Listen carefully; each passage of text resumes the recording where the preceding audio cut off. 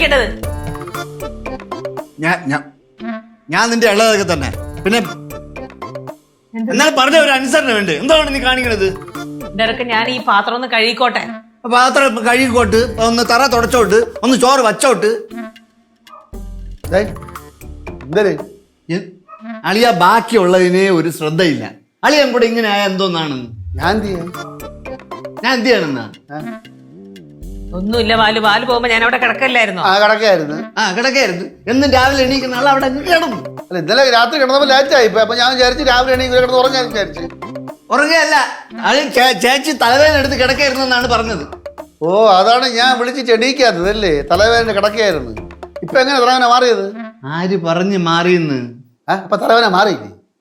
അളിയാൻ പോയ ഉടനെ ആ പൊട്ടനെ തലവേദന വെച്ചോണ്ട് വന്ന് തറ തുടക്കുകയാണ്. ചോദിച്ചപ്പോ പറയണേ ഇന്ന് ഞായറാഴ്ചയാണെന്ന്. ഞായറാഴ്ച തലവേദന ആണെങ്കിൽ രാവിലെ എണീച്ച് തറ ഉടയ്ക്കണോ? അതുകൊണ്ട് ആർക്കെന്ത് ഗുണോടി?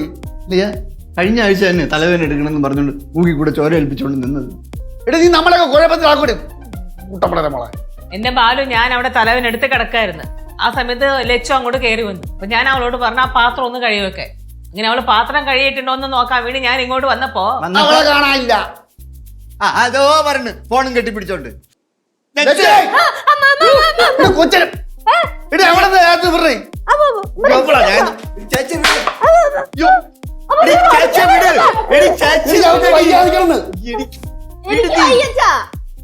എനിക്ക് വയ്യേ. ചേച്ചി വിട്, നീ വിട്, പയ്യെ വിട്. ആരടിക്കൂന്ന്? അച്ഛന്റെ കയ്യിലാ സാധനം.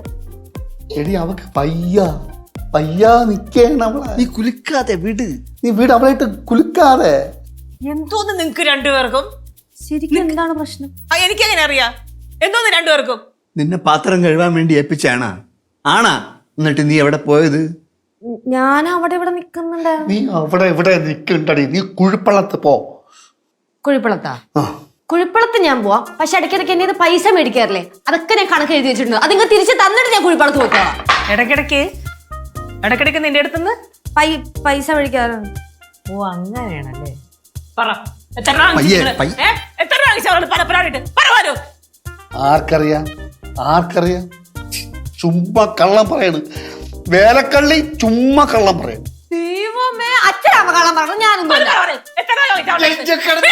കിടന്ന് വേളം വെക്കല്ലേ. മൂക്കിന്ന് ചോര വരി. എനിക്ക് കാണാൻ വയ്യ. എന്റെ ദൈവമേ, കഷ്ടമാണ്.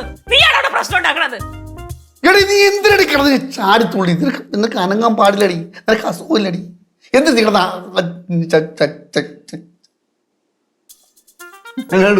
സീനുണ്ടാക്കണല്ലേ? ഞാനാണ് സീനുണ്ടാക്കണല്ലേ?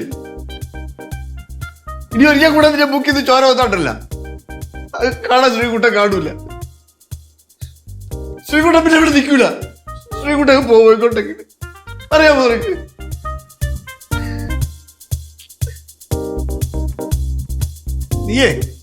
നീ ജോലി ചെയ്. ആഗ്രഹം തീർന്നു വരെ ജോലി ചെയ്. എടാ കുട്ടു, ഈ ചെറുക്ക് എവിടെ പോണത്? ഗൗരിയമ്മയുടെ അടുത്ത്. ആകെ ടെൻഷൻ അടിച്ചാണ് പോയേട്ടാ. നീ ചെയ്യടി, നീ ജോലി ചെയ്. നീ ചാടിത്തുള്ളി നട. മൂക്കിന്ന് ചോര ഇങ്ങനെ ഒഴിവിട്ട്.